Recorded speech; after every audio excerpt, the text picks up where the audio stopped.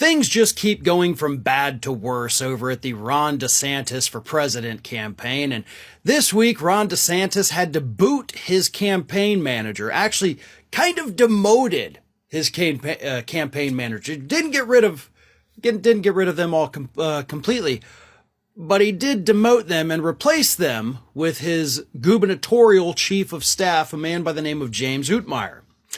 Mr. Utmeier, in case you're not familiar with that name, pretty much all of the worst things that came out of DeSantis's administration down here in Florida, Utmeier's fingerprints have been all over it. Let me read you this. This is from Raw Story, and of course they're quoting it from the news source The Messenger. Utmeier is a member of the far right-wing Federalist Society and has had a key role in nearly every conservative and controversial policy that built the DeSantis brand with conservatives.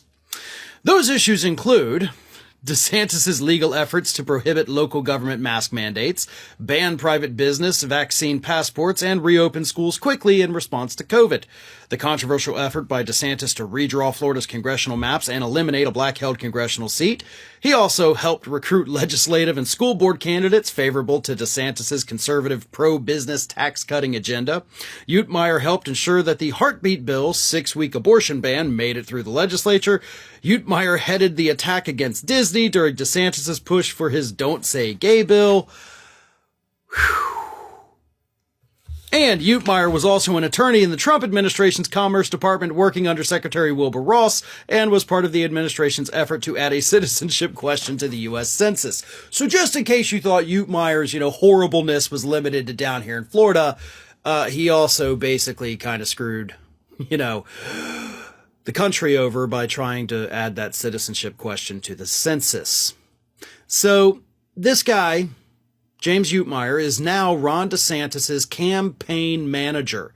But even before DeSantis made him the campaign manager this week, he had consulted with Utmeier, asked him, look at my campaign, figure out where it's going wrong. And I guess Utmeier decided, hey, where it went wrong is you don't have me.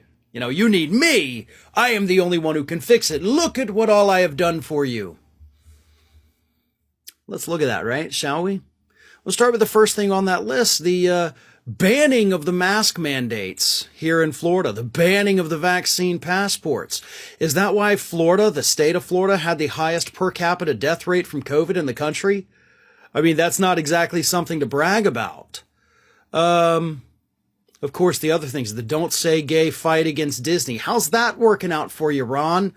Because so far it's not going very well. In fact, one of your board members in that special district you just created quit. So, that's not going your way. Also, you're now being sued by Disney for stifling their freedom of speech and freedom of expression. So that's not going too well. All of these other issues that I've talked about are also things that your administration has been sued over, most of them still pending in court, and you're likely to lose. So yeah, this guy may have helped you become a household name across the country, but all of the successes that Ron DeSantis has had, Utmeier's involvement or not, it's a paper tiger. None of them are real when you look at what's happening in the courts to all of the things he has done. But he thinks this guy who helped him, get this horrific legislation passed, he thinks he can help the campaign.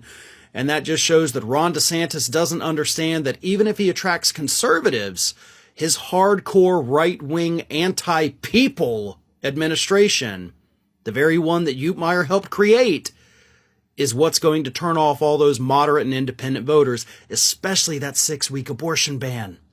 Voters, even in conservative states, don't like that.